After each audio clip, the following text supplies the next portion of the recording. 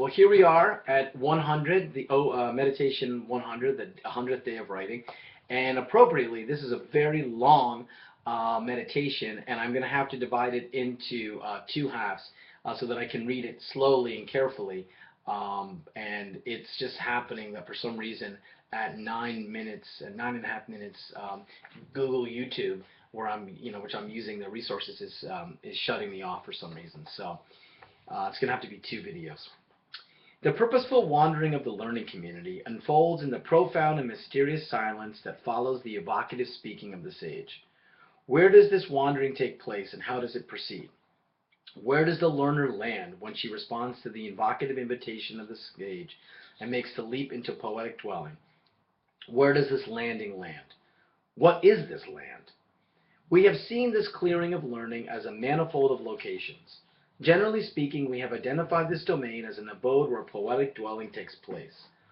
The clearing of learning is the region where learning is appropriated, where the proper modality of learning, namely hearing, is directed.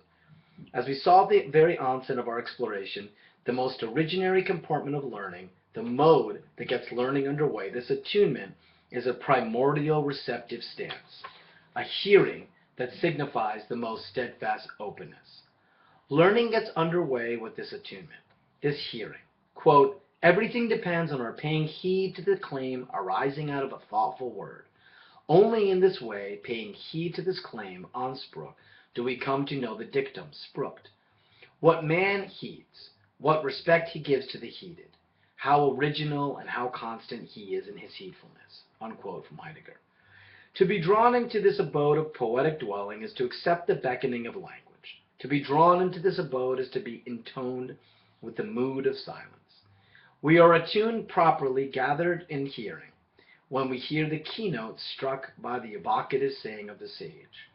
Learning gets underway when the sage, as the message bearer of language's beckoning, invites his apprentices to join him on the purposeful wandering to the enchanted region. This region where the apprentice lands after she has taken her leap into learning and submits herself to the guidance of the sage is called an enchanted region because it is the domain where poetic dwelling unfolds. Poetic dwelling enacts the enchantment of being's calling conveyed through the appeal of language. Poetic dwelling conveys the appeal of language by pointing to the ineffable and delivering, quote, the message of the twofolds on concealment, unquote. Thus, this region is said to be built for and by poetic dwelling. It is a building as abode, as the place for wandering to take place, and the building as the making or groundbreaking for this path. This region is thus named Tao, because it signifies the pathway and the way of moving along this path. Poetic dialogue is both the manner and the mode of learning. To follow this way is to walk with the sage. But to walk with the sage is to dwell alongside him in the midst of being's processual unfolding. Poetic dialogue is an enactment of this processual unfolding, as the reciprocal exchange of evocative speech and painstaking hearing. It is always a response to the gathering directive of logos, a response to the call of the ineffable. In hearing this call, Lao Tzu was gathered before the nameless beyond, as he called it, and compelled to heed the beckoning of the beacon he saw and called as Tao. Quote, there was something undefined and complete coming into existence before heaven and earth. How still it was, and formless, standing alone, and undergoing no change, reaching everywhere, and in no danger of being exhausted. It may be regarded as the mother of all things. I do not know its name, and I give it the designation of the Tao, the way of course.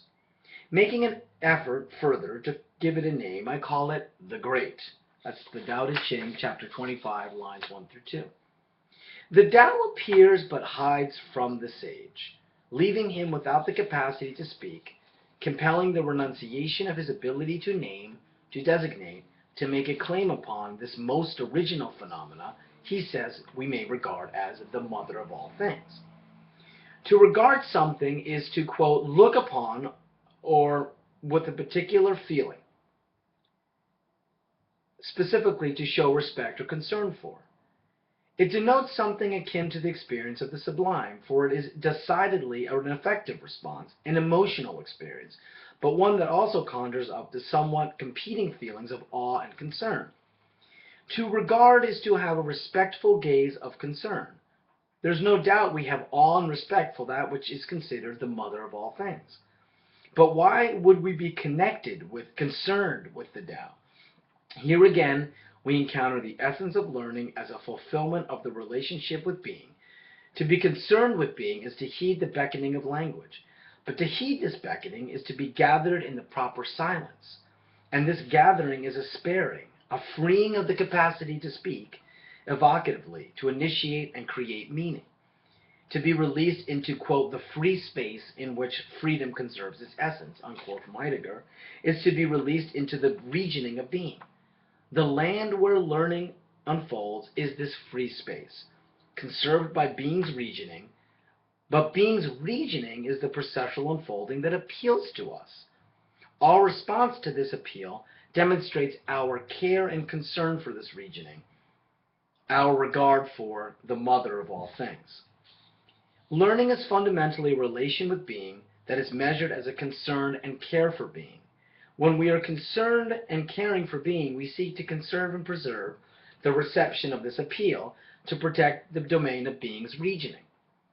Our proper modality of learning is thus the reception of being's call, which we receive in being released into the existing compartment of steadfast openness. Learning is the reception of being's appearance, the attunement to the ineffable call of the Tao.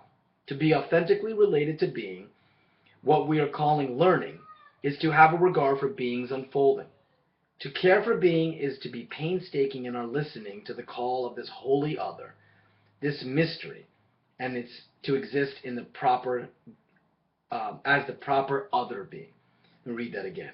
To care for being is to be painstaking in our listening to the call of this holy other, this mystery, and to exist as the proper other of being.